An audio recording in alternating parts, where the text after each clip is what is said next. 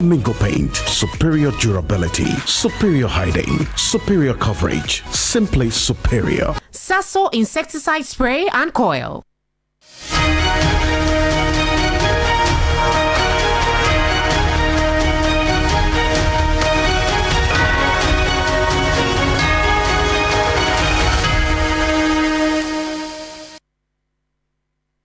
Good evening. You're welcome to Ghana Tonight. I'm Kemeni Amano. Let's look at our top stories.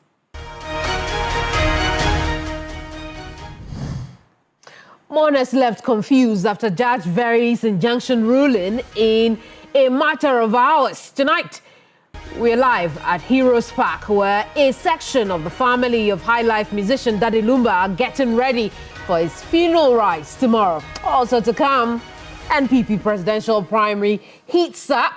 The two front-runners with a lot to say. Tonight, the countdown begins to January 2026.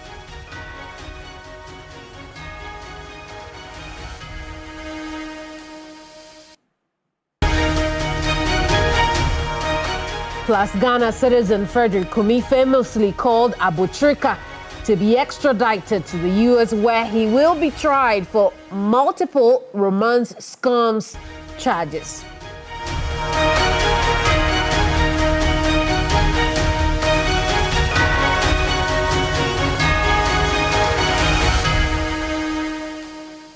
Also tonight, we are in Kwame Danso to bring the latest on the very fluid story about an attack on the courts there. The young people of that community are speaking. We'll get to that shortly. But remember, this is Ghana Tonight. I'm Kemeni Amano. We're live on TV3 and on 392.7 FM. We're on Facebook.com, X.com, 3news.com, YouTube.com. If you'd like to be a part of the program with your thoughts, questions, or comments, use the hashtag Ghana Tonight.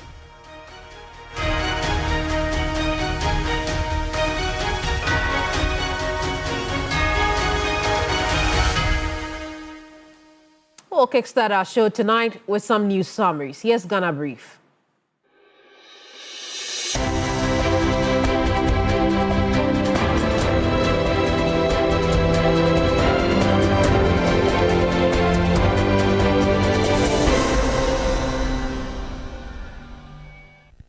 The final funeral rites of the late High Life legend Daddy Lumba are scheduled to proceed on Saturday, December 13, following a review by the Accra High Court of an earlier injunction secured by the maternal side of the family.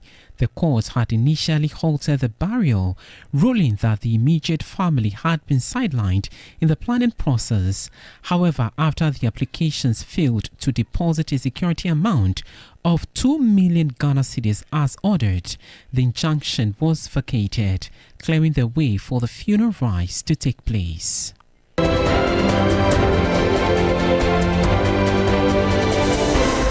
The United States government says it will take some time for extradition requests to be processed after government formally began processes to have former Finance Minister Ken Ofori-Atta and his aide Ernest Akori return to the jurisdiction. At a press briefing, U.S. officials praised Ghana for extraditing 9 Ghanaians to the U.S. to answer charges of romance fraud, the highest so far recorded.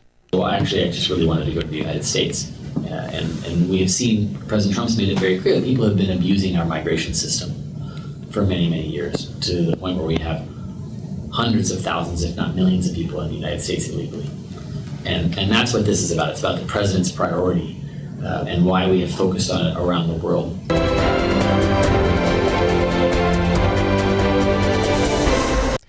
There was a temporary chaos at the Gori Senior Technical High School in the Bungo district of the Upper East region, where students nearly attacked the embattled headmistress. The incident occurred when the headmistress visited the school over 5 months of absence due to investigations into alleged mismanagement of school funds and theft of food items. Her presence provoked both students and many staff members, but the timely intervention of the police helped calm the situation.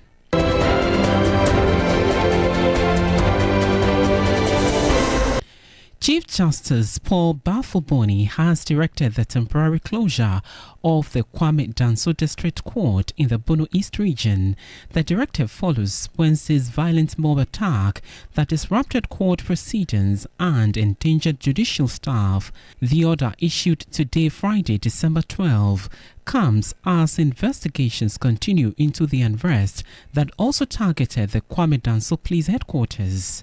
The closure is expected to remain in force until further notice.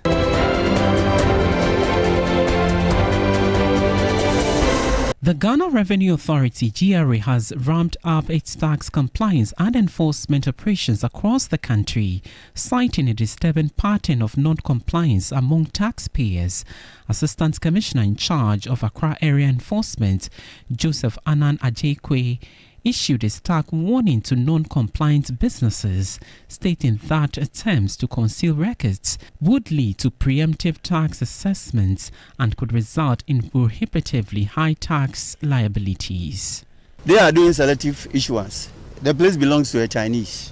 They sell plates, plastic plates. There was no available record to pick. So we have invited him to the office. When he comes, then we will bring in our CID to take charge of the situation. They claim they don't have records. And in such situations, we have to project. And please, if you think you can hide records, and for me, if I project, you go and bring the records. Because I'll project, the figures will so high that you will not be able to pay.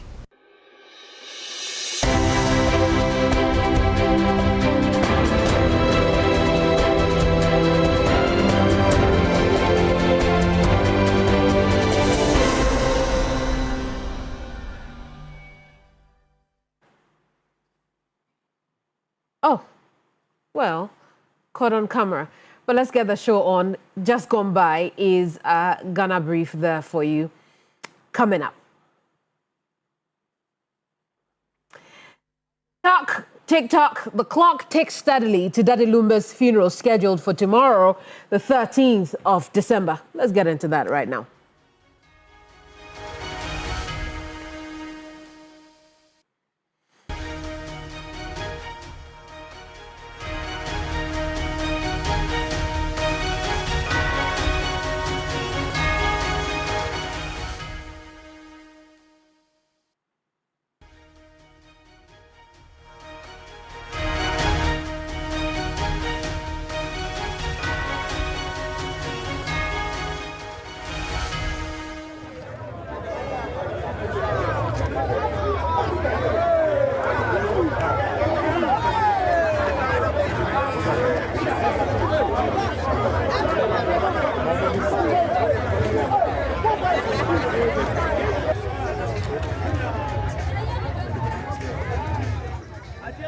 What do you see now are live pictures from Heroes Park, where Daddy Lumba's funeral is expected to take place tomorrow. You may recall that has been the original date that a section of the family has been promoting for some time now. But a lot happened today, and I want to take you through that real quick just before we take you back to Heroes Park. Now, remember that today, the Accra High Court beat a retreat and varied its earlier ruling, which halted the funeral. In fact, both sides of the family to agree on funeral arrangements in 3 weeks, blocked the release of Lumba's remains, and protected the personal funds of the deceased musician. And I'm not making this up. Listen, I cannot make it up. Shortly after that, the original ruling, which I have just told you about, was varied. The judge then imposed a 2 million cedi compliance requirement to be met by 2 p.m. of today. Clearly, the applicant did not meet that, which is why the funeral is happening tomorrow. I'll take you back there now. The Heroes Park is happening tomorrow, and our Ibrahim Abubakar is live from there. Ibrahim, we see that mourners, lovers of Daddy Lumba are already there. What can you report from Heroes Park this evening? I can confirm that the numbers keep growing here, you can see from the back. In fact, the police even have to block the main entrance to the Heroes Park, to the huge numbers. They wanted this so that the creators, those working here, will be able to do everything before maybe by 12 a.m. For now, I can tell you that most of the items are set, the tent set, the stage is set, chairs have been brought here, and the number also keeps going here. The police have done everything that they can, but it appears the number has overpowered them. So they are just allowing them in. Even though when you move outside the Heroes Park, you realize that people have even started the funeral. You find various spots that you find a lot of people clad in black and white, black and red, and they will tell you that they've already begun the funeral and they are earnestly waiting for the body of that member so that for now, I can tell you, until something happens last minute in I can confirm to you that the funeral will happen because we are hearing the campaign and it's on its way bringing the body to Kumasi together with the first son of that who has arrived from Germany together with some of the siblings so that they will be part of this funeral or burial celebration. So I see Ibrahim, I mean, as you have told us, right, the funeral itself is tomorrow. For those mourners, sympathizers, and lovers of Daddy Lumumba who are there at this time, what do they tell you, curiously, that they are there for? Well, obviously, some are here to observe what is happening, just so they will have the assurance that indeed the funeral will happen tomorrow. Others too say they have begun their funeral, and in Akan tradition, they said today is the way keeping, so they are keeping vigil, so they will be here until tomorrow or until the body arrives here. So they will be here from this night through up to tomorrow. So others will go back later. Others who are here to stay until tomorrow. And briefly, I'll try and engage with one or two of them and find out from them why they have decided to arrive here early when we do know that the funeral will be done tomorrow.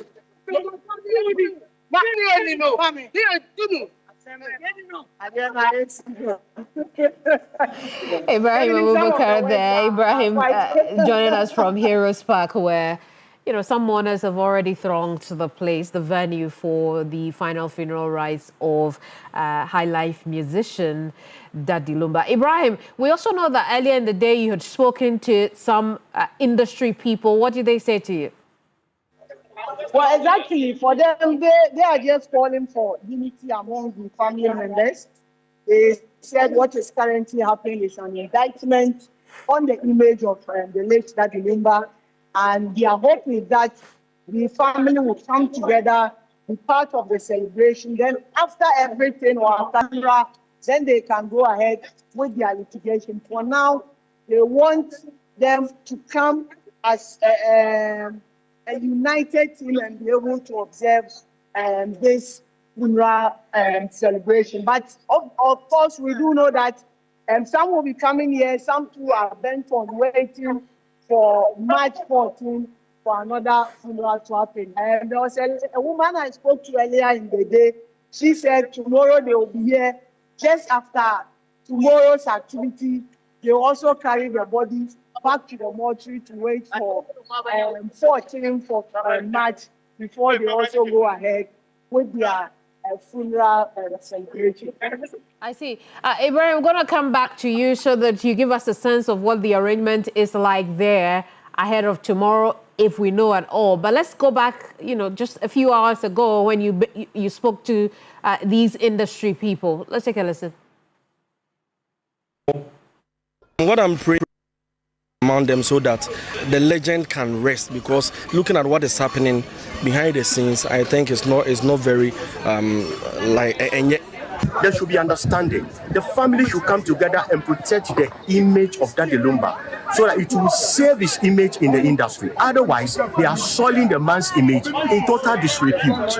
And I don't think it will really augur well for the man after everything.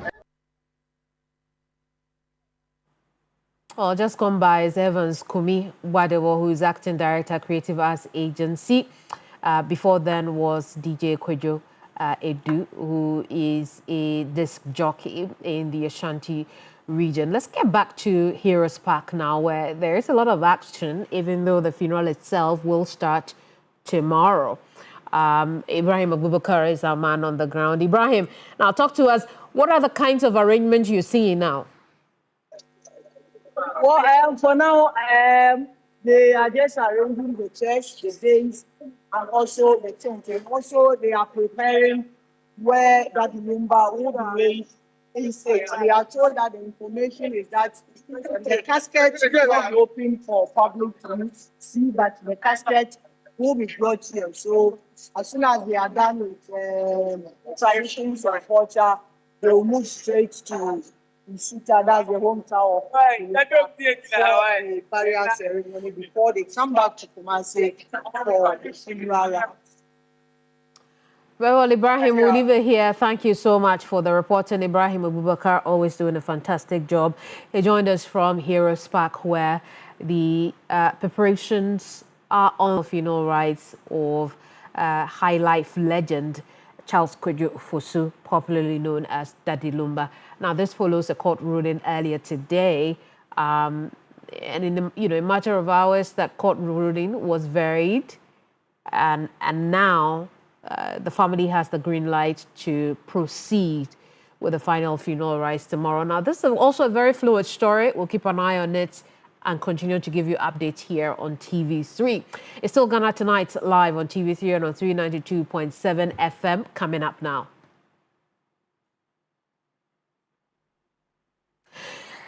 EOCO speaking for the first time since the Department of Justice announced the arrest of Frederick Kumi, aka Abutrika, for romance scams. Let's get into that now.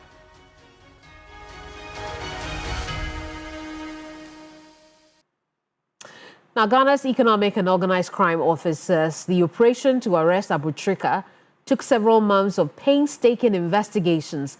According to EOCO, Abutrika, known as Frederick Kumi, doesn't end there. He's also known as Emmanuel Kojo Baobing.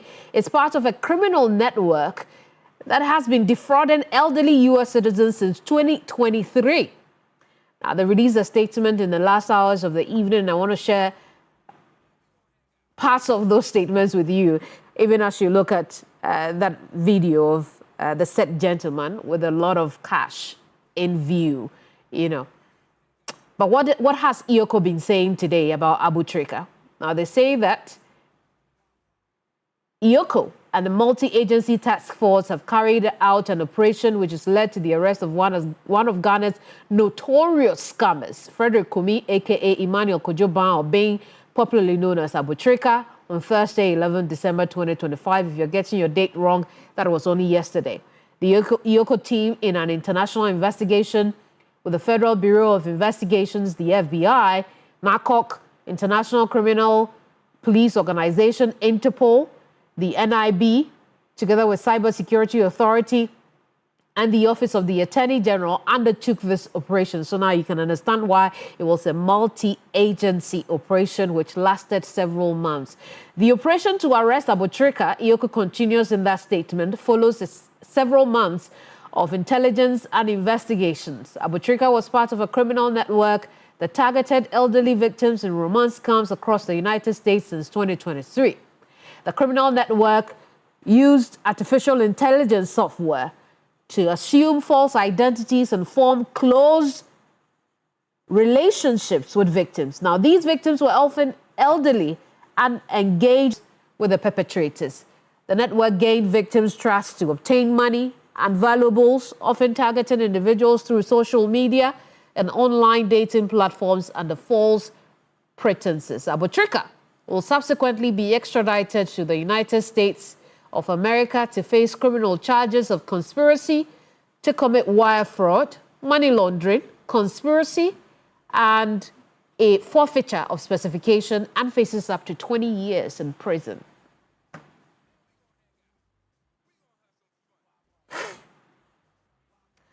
But the Americans have also been speaking because as a press briefing, U.S. officials praised Ghana for extraditing 9 Ghanaians to the U.S. to answer charges of romance fraud. The highest so far, they say, has been recorded, well, is the highest so far recorded, essentially. Let's take a listen to Rolf Olsen, who is the charge d'affaires at the U.S. Embassy. 9 individuals from Ghana in 1 year achievement, and the cooperation with the government, obviously with the president, with the Attorney General, the Interior Minister, has been extraordinary. It's been really, really strong collaboration. Just yesterday, they arrested someone who we have an extradition request for, and we're very pleased about that. The extradition is always but it's been really, really, really, really important. And talking about who some of these people are, and there's public announcements about this. Most of them have been involved in cyber crime, or what we call elder crime. Now, while we're on the subject of extradition, let's talk about the former finance minister, because U.S. authorities also commented on that. In that case, they say it will take some time for extradition requests to be processed after government formally begins processes to have the former finance minister and his aide, Ernest Akori, returned to Ghana. Take a listen to Olsen again. The process of evaluating an extradition request is on the American side is very well established, and it is not generally very quick. And so we receive a request. It goes through the various mechanisms that we have to undertake. But the door is always open for those requests. There's no individual case that can be prejudged because U.S. judges make decisions on this. And they are, of course, a separate branch of government. So they have the ability to approve or disapprove a request. But we're always open to that kind of collaboration. Absolutely. Let's have a quick chat on the back of this. Richard Kumado is a security analyst with extensive knowledge of national security operations. He's joining us for a quick discussion on the back of these extraditions and romance scams and the likes. Richard, I appreciate your time this evening. But when you hear the U.S. authorities, they say this is the highest ever recorded of extraditions of alleged criminals from this country to the U.S. to face the offenses or charges against them. How does that come to you? What it means is that they had a lot of cooperation from the Ghanaian investigative agencies. Then, of course, the nature of the cases involved are also streamlined, and they know exactly what they were looking for. Then again, our courts have also cooperated with them and allowed these persons to be extradited to the U.S. So these are the 3 areas we are looking at. But the last one you can also say is that it also got to do with the nature of the crime itself and the volumes and the values of what they are talking about. To the extent that these are crimes that are related to trust-related fraud, that got simply called romance fraud, they might have touched some sensitive people in the U.S., and the U.S. government is damn serious about getting to the perpetrators to face charges in the U.S. in particular. I see. But, you know, at the same time, he tells us that in the case of our former finance minister and his extradition into the country, it will take some time. For a lot of Ghanaians, that does not sit well with them. Is there justification for that? You realize that for this particular brother of ours, Abu Trika, it took about 9 investigative agencies, including the Attorney General's Department, to be able to track him down and get him arrested together with 2 other persons. And his name popped up as an investigative interested person somewhere in 2023. It took about 3 years, which means that by 2023, they might have asked for arrest and extradition, which took about 3 years to get it done. But that is exactly what he's saying, that you may put in the request today, you may not have the answers tomorrow, and it may take you some level of days or some number of days for you to get the request processed. And he also made a point that the judges in the U.S. will have to make a case. And if you remember what the Deputy Attorney General said, he put it rightly, that says that once you are asking for extradition, it's like you are going to court to prosecute the case. And you have to meet the demands of the court system.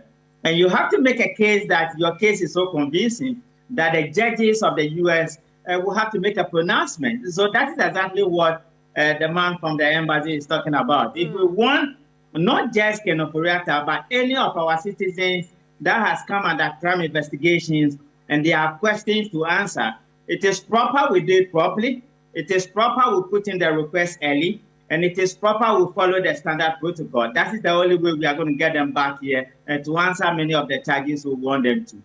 I mean, in summary, what you're saying now is that the responsibility is on Ghanaian authorities now to act fast, to expedite the process. Definitely, yes. If there will be cooperation between the Special Prosecutor's Office and Attorney General, or all the other investigative agencies and Attorney General, and they put their heads together and get it done, that would be better for them. But to the extent that they keep on fighting and there are too many divergent views, it's going to take them a little bit of time, not just in the case of the former finance minister, but all other persons who might be wanting, they might want them to come to Ghana to answer questions in relating to investigations and crime. I see. As of now, we hear some of the charges against the suspect, Abu Trika. What really is he up against if he's sent to the U.S., the processes that could be involved in this? What is the depth of what he is to face there? Definitely, he will have a legal representation. But once you come under the radar, and one of the charges there is money laundering and wire fraud. Wire fraud, money laundering is the universal set, or financial crime is the universal set. And you have subsets like wire fraud and many of the related cases. And they are using the word conspiracy to commit some of these fraud. These are frauds that come with few charges. And I wasn't surprised they are talking about no less than 20 years in prison. His cooperation with the U.S. government or the U.S. prosecutors may help him for a reduced sentence. Other than that, the stipulated time in prison will be 20 years because of the nature of the crime, the volumes involved, the value involved, and the personalities he has duped using the technology. We are all aware from artificial intelligence point of view that one of the challenges artificial intelligence poses when it comes to some of these fraud is voice imitation and imagery imitation. And I was happy when the Minister of Communication said they are putting up laws or draft bills in cybersecurity to deal with some of the vulnerabilities we have in cybersecurity, and that of misinformation and disinformation. If we are not able to do it as a nation, then these are the ramifications and these are the consequences. And it's better we catch up with the other people. So we will urge our authorities to act as fast as quickly so that we could catch up and many of these things can be dealt with. Indeed, Richard, now that you brought up the issue of the communications minister and how technologically sophisticated romance scams are beginning to show up as, and again, as identified in that EOCO statement, I want us to take a listen to the minister on the same subject matter. Yes, Sam Nate George, on romance scams and, the issue that's cropped up recently. You realize that just yesterday, one of my agencies, the Cybersecurity Authority, picked up an individual who is supposed to be successful. There's no peace with that kind of success. And there are 3 more we're picking up in the next few days because we're cracking down on cybercrime. And so cybercrime does not pay. But education is the only thing nobody can take away from you. They can take all you have. They can take your cars, your houses away from you. But what you know and what you've learned cannot be taken away from you. And so education is the priceless gift that a child can get from their parents. And so I urge all the young kids to take their education serious. I mean, clearly, all the agencies are patting themselves on the back. But when we zoom out of this situation, we have a bigger problem at hand about how sophisticated some of these scams are becoming. How can this country nip the situation in the bud before it gets to the points that we see, multi-million-dollar scams?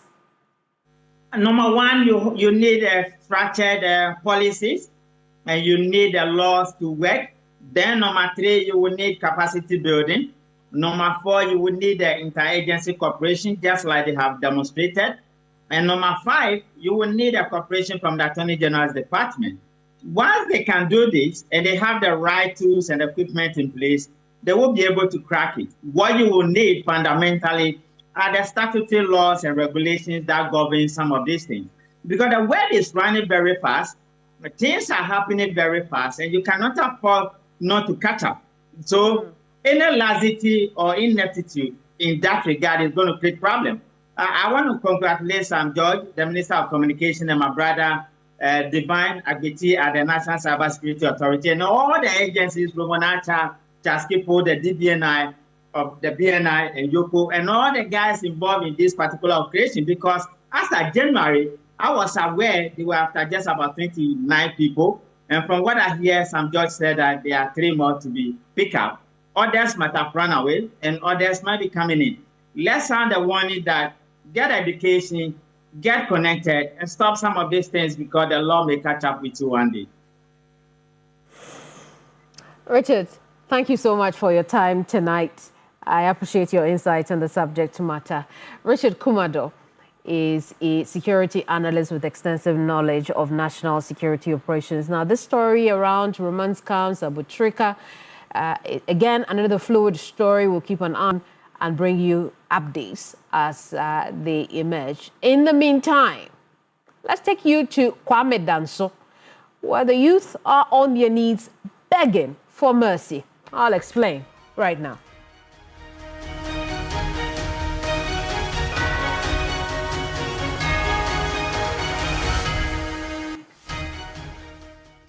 Let's take you now to troubled Kwame Danso in the Bono East region. Over there, the young people in that community say they are sorry. They want government and security agencies to urgently restore peace to their community. Remember, sometime last week, a mob attacked the district court and the community's police station. Youth of Kwame Danso now say they condemn the December 10th incident and appeal to the Judicial Service and the Inspector General of Police to reopen their offices there. Let's hear the youth leader. To express our regret over the incidents that led to the attack of the Kwame Danso District Court and the police station, an action which has led to the closure of the Kwame Danso District Court and the police station.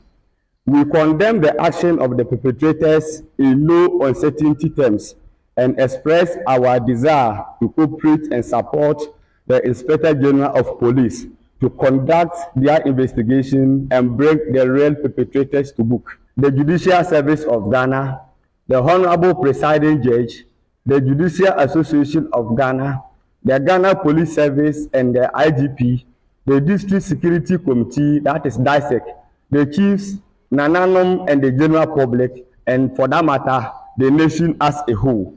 And we therefore condemn the attack of the court and police station by unknown persons claiming to be the youth of Kwame Danso. We also plead with the Judicial Council of Ghana and the IGP to reconsider their decision of closing down the Kwame Danso only district court and the police station in the Bono East region. We therefore seek the assistance of the IGP to involve concerned members of the district and Nananom in an attempt to find lasting solutions to the recent occurrences. Barely 24 hours after the closure of the district court and the police station, people are now beginning to live in fear and panic due to the absence of the police station and police officers. Now, we can also bring you the perspective of the Judicial Service Staff Association of Ghana, who've commended the Chief Justice for the closure of the court, but are also concerned that attacks on courts is becoming too common. Abdullah Yakubu is the General Secretary of JUSAG. Immediate step taken by the Honorable Chief Justice is the closure which we called for and has been granted. We've read the police statement that the investigations are ongoing. We feel that the police statement is long overdue. We should have had this information on Monday, on 10th of this month when the incident happened. I don't know if the matter has not come to the public knowledge whether the police would have issued a statement. And for 3 days, from 10th up to now, it's almost 3 days, and we expected that there should have been an arrest of persons instead of information that investigations are ongoing. I mean, they took the suspects to the police station, got the station officer to unlock their keys for the suspects to be freed by these hoodlums. Obviously, their faces are known to the police who were on site, and we think that there should have been some arrests made by the police by this time. But if the arrests are still not done, our expectation is that by all means, there should be some arrest and prosecution of the perpetrators of the mob violence, so as to serve as deterrence to others. And this is not the first time. If you check 2023, there was a similar incident in Tamale.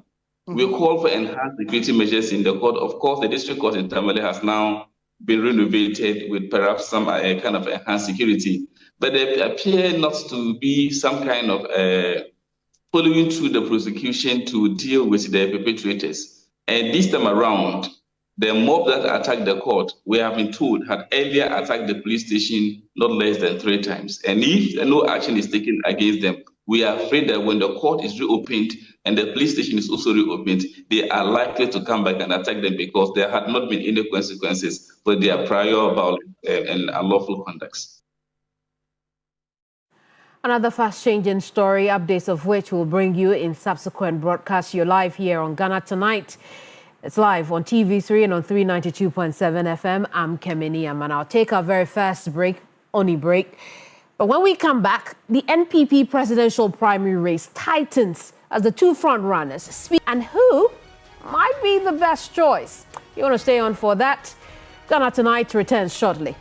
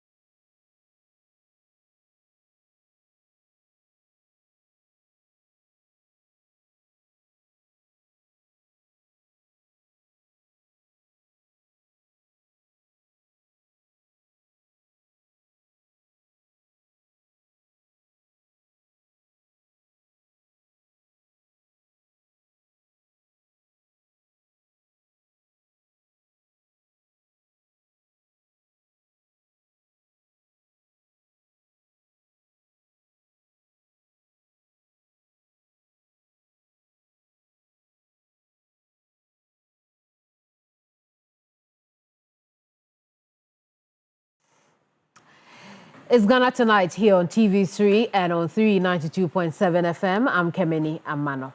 Now, flag bearer hopeful of the NPP, Kennedy Ohene Ejapong, has dismissed claims that no NPP presidential candidate has ever won an election on first attempt, describing the assertion as false and a weak political argument. He said this while on a 5-day campaign tour of the Greater Accra region. Let's take a listen. I'm going to make sure we also employ party people.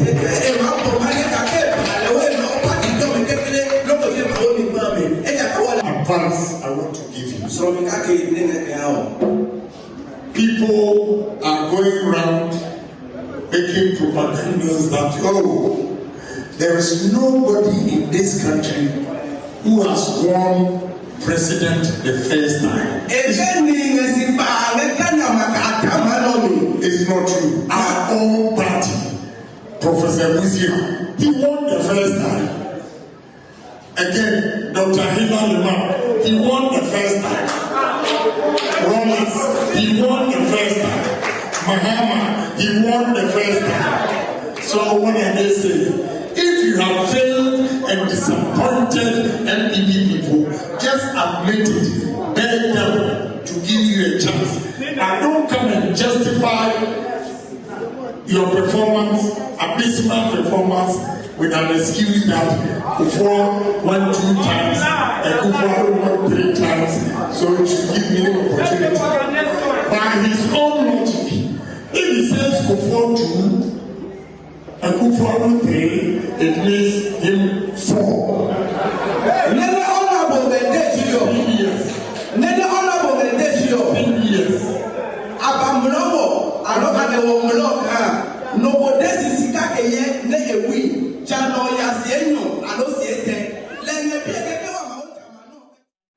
Now, former Vice President and the other front-runner in the race, Dr. Mamadou Bawumia, has also been talking about how voting has never been on tribal lines. I want to show you bits and pieces of what he's been saying so far. And in fact, if we could take a look at that real quick, he says that when you look at our party, we have never voted on tribal lines. We always vote on the basis of competence, capacity, and who can win power for us. He goes on to say, simply because the North is supporting me doesn't mean it is being tribalistic. There are 15 other regions that are supporting me, so it is not about tribalism. Let's talk about the NPP presidential primary for a tad. Dr. Jonathan Asante-Okyere is a political analyst and the executive director of the Africa Institute of Strategic Studies. He's here with me in the studio. Thank you so much for your time this evening. I'm really surprised to have you here at this time. But, I want us to look at, perhaps even before we look at the crux of the matter, the argument and the counter-argument between the two candidates. Do you get the feeling that the primary has slowed down a little bit? Perhaps it's only now between Dr. Mamadou Bawumia and Kennedy Ejapong? Yeah, certainly it has slowed down. Let me say good evening to our viewers. It has certainly slowed down. And you could see that the momentum is not like it used to be. The euphoria is no longer there. I suspect that people are not too clear and certain as to whether or how the 2028 elections will be like. And then, obviously, looking at the performance of the current government, it will be a Herculean task for anybody who wins the NPP slot, to upstage the NDC candidate, whoever will be elected. The only, advantage that they seem to have and be latching on is the fact that whatever be the case, the next NDC candidate will be a first-timer. And therefore, they have more older faces, not as in age, but those who have been in the limelight for quite some time. But I think that is a delusion because the two parties, they really have the capacity, right, to market any candidate they elect. So if you think that you are hedging on the fact that you have been in the trenches over the period, I think that for me is a delusion that you must really rid your mind of. It must rather be based upon competency, policy, your hallmark, your achievement, your capacities, and all those things that you've built over the period. And of course, the record of the two political parties will be, will be on the table for comparison.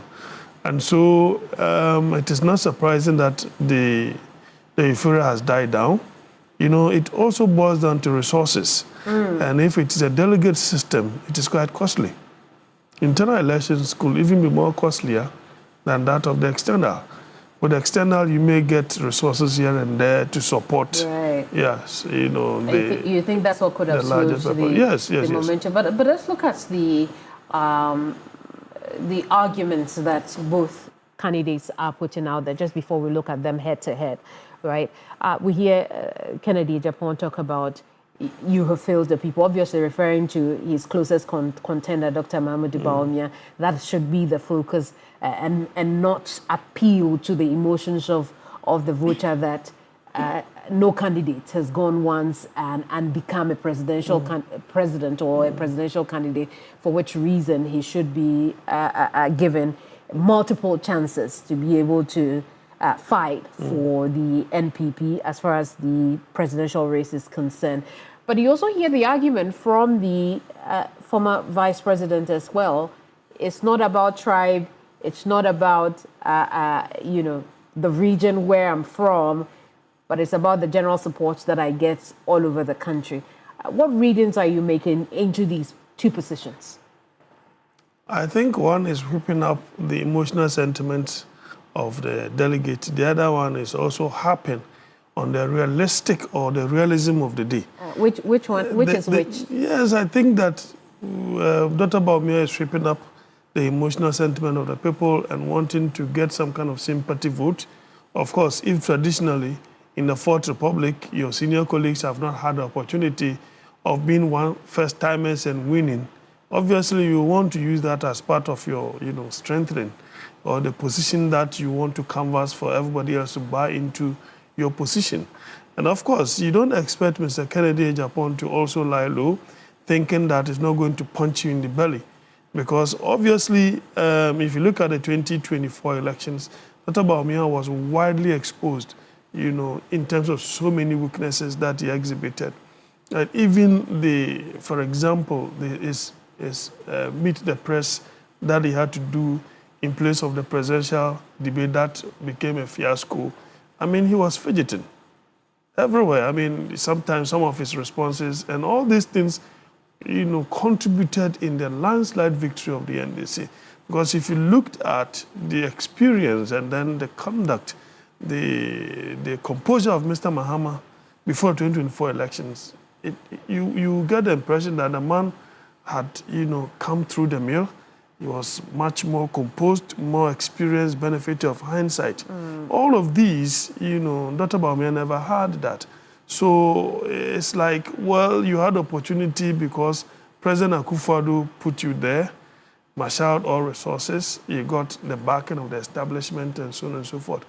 And so I think that this particular election is rather the real deal for him. But as to whether, Mr. Kennedy will be able to put up a showing that will really affect Dr. Bawumia in itself is also a different thing altogether.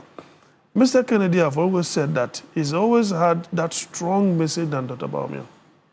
Before the 2023 primaries, he had a stronger message than Dr. Bawumia. Dr. Bawumia was a bit panicky. Why? Because of the promises that he had made before the 2016 elections and the 2020. So now he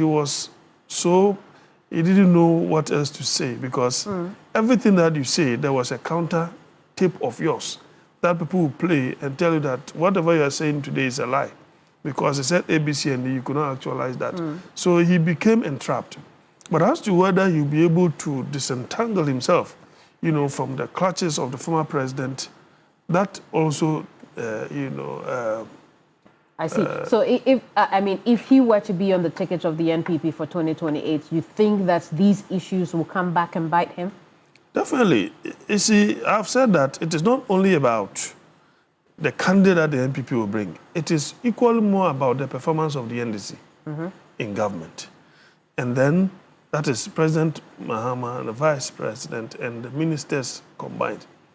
And I have outlined 3 main areas of which the government has really performed creditably. The productive sector, you are talking of agric, Mr. Ekopoku, you are talking about energy, it's also productive, Mr. John Jinapo. And you're talking of management, that is the finance minister. Do you get the point? So if these 3 have had it properly organized, that is the more reason why. Because most of the other ministries are service, right? They render services. But those who are in the productive sector, they run the economy. So you could see that the 3rd quarter, according to one of the dailies, said that it was engineered by the agri sector.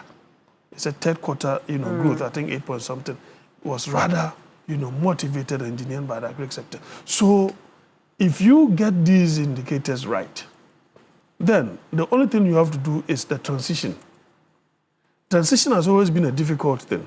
So if the NDC is able to get their transitional act in terms of, transition properly organized, no internal bickerings, or they are able to get the understanding, look, only one person can be a presidential candidate. We can all come out as a team and support like the way they did for Mr. Mahama. Then whoever that the MPP elect will still struggle. I see. It wouldn't matter because what name definitely they are going to compare the record they inherited and that which they are going into the elections with. So apart from a familiar face on the ticket, when we take a candidate like Kennedy Ohinejapon, what are the upsides for the party? You see, Mr. Kennedy Japon is an unconventional politician. And that in itself could be some kind of a new thing and a difficult thing for the NDC. You know why? Because you cannot predict him.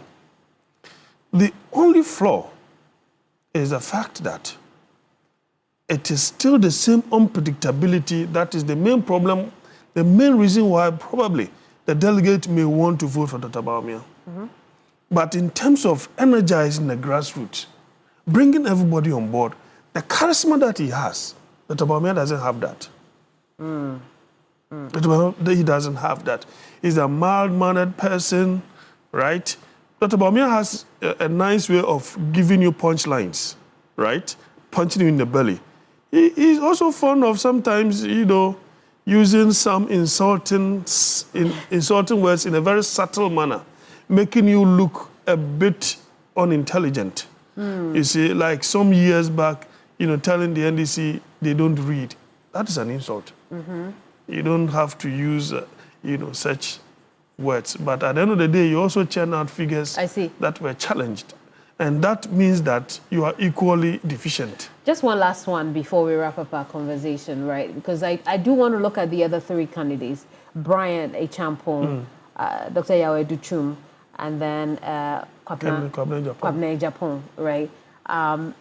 When you look at the polls, of course, the polls show that these 3 candidates are struggling behind the 2 front runners we have just spoken about.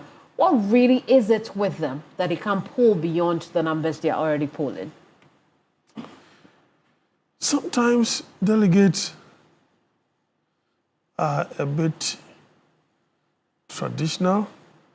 Sometimes they are equally more considering the fact that which among the rest will be more acceptable to the general populace.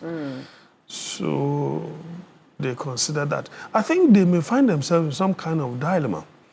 But you see, I've always said that Dr. Duchum should have been the person with less problem, right? Because the rest have certain entanglement that their main opponent, the NDC, could easily use against them.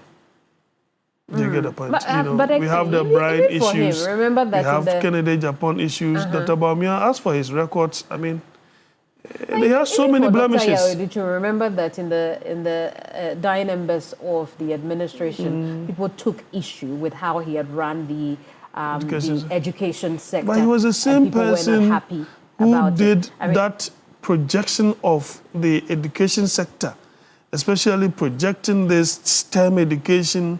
It did a certain presentation. Yeah, mean, a lot a of very people thought it beautiful was presentation superficial. that he did. It was superficial. Right. Well, For some people who looked at his performance in the sector, that was their thinking, and they took a lot of issue. I mean, I don't have an opinion on the matter, but these are things that people have spoken about in the past. But you make your point. You finish your point. Well, you see, I was expecting Mr. Kwabena Agyapong to have gone for the national chairmanship instead of the flag bearership, because he would definitely lose in a very disastrous manner. It is not as if he's not a good candidate. It is just that the delegates are not listening to him. That is one thing. Because his revolutionary ideas, he could easily have taken the chairmanship between himself and Boakye Agyarko. But Boakye Agyarko has gone for it. And I like that man for that particular decision that he took. So that he could bring the necessary changes within the party itself as the chairman of the party. Mr. Kwabena Agyapong did not do that and is going for the presidential. Well, that is in the past. You see, Dr. Brian Acheampong, very articulate, right? He knows his stuff. He's very good. But you see, this SSNIT thing is something that is still hanging around his neck, and people are thinking about state capture kind of mindset. Even for internal party elections? Yes, of course. You see, delegate will vote for you based upon the fact that you have to gain some kind of acceptability from without, not only from within. So candidate Agyapong may be popular within, but their problem is, will he gain that acceptability? Right. Fudive here, thank you so much for talking to us. I know there's so much to debate about, Yes, but we'll end it here because definitely. we're out of time. Dr. Jonathan Asante-Ocho is a political analyst, and we've been looking at the NPP's presidential primary. A few things to look out for tomorrow as we wind down. Remember that at 7 a.m. Alfred Okanse will be on your television with his panel members as they discuss the week's biggest stories. You see, withdrawal of bill to repeal OSP Act was the future for the Anti-Corruption Agency. Interior Minister orders probe into Special Prosecutor's assassination claim. Really important development over the week. Mandai parliamentary rerun. Remember that there was chaotic scenes. In fact, there were chaotic scenes in Parliament. Hours of no work done until the Speaker and the majority side pushed through for some work to be done on that fateful day. You want to make time. Tune in 7 a.m. to 11 a.m. Saturday. Alfred will be here on your television with all those big discussions. On Sunday, right after the midday news, I will be back on your television with a very fiery interview, fiery conversation with the Director General of the Ghana Tertiary Education Commission, Professor Ahmed Jinapor. One of the things we discuss is his own professorship, the title he holds, and the controversies that have been generated as a result of that. We'll also look at how he's hoping to change the ecosystem of tertiary education in this country. It's a conversation you shouldn't miss. Hot Issues, 1 p.m. here on TV3. I'm Kamini Amano. This is Ghana Tonight. I'm so grateful for your company. Time for me to go. Have a good night. Bye-bye. Ghana Tonight is brought to you by Flamingo Paint. Superior durability, superior hiding, superior coverage, simply superior. Sasso Insecticide